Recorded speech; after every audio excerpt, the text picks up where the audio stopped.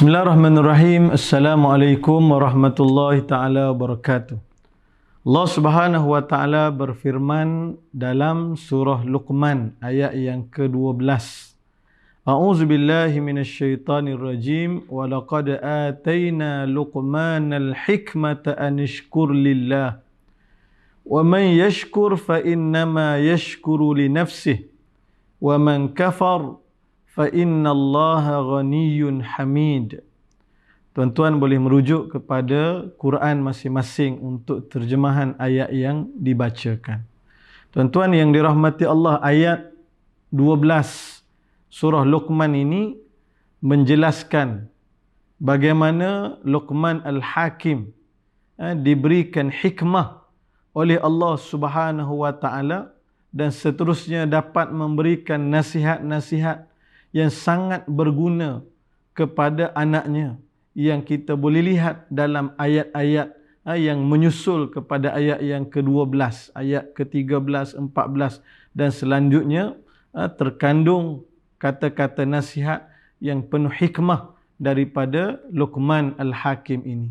Dan kalau kita lihat kepada ayat yang ke-12, bagaimana Allah Subhanahu wa ta'ala nyatakan, kami anugerahkan kepada Luqman al-hikmah, akan kebijaksanaan.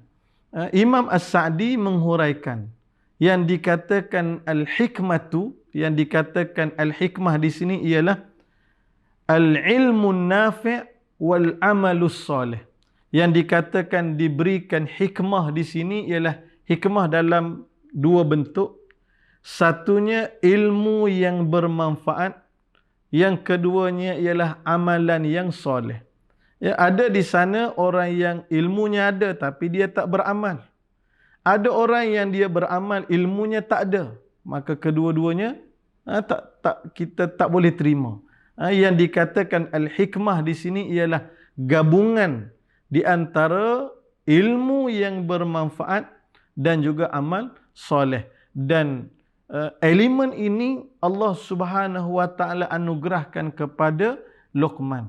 Dan antara mesej penting dalam permulaan kisah Luqman Al-Hakim di sini, bagaimana Luqmanul Hakim mengajar untuk mensyukuri Allah Subhanahu wa ta'ala.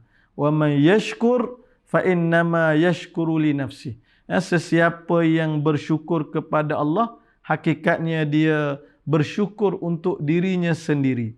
Wa man kafar fa innallaha ghaniyyun hamid. Dan sesiapa yang kufur, ingkar, enggan untuk bersyukur, hakikatnya kena sedar, keengganannya untuk bersyukur tidak merugikan apa-apa bagi Allah Subhanahu wa ta'ala, kerana Allah Subhanahu wa ta'ala maha kaya lagi maha terpuji. Dan begitu juga dengan soal syukur tadi, bagaimana Allah Subhanahu wa ta'ala menyatakan, apabila seseorang itu bersyukur kepada Allah, ia tidak menambahkan khazanah Allah, tetapi kesyukuran seorang hamba kepada Allah Subhanahu wa ta'ala itu kembali ganjarannya, kembali kelebihannya, kembali dari sudut pahalanya kepada orang yang bersyukur kepada Allah Subhanahu wa ta'ala.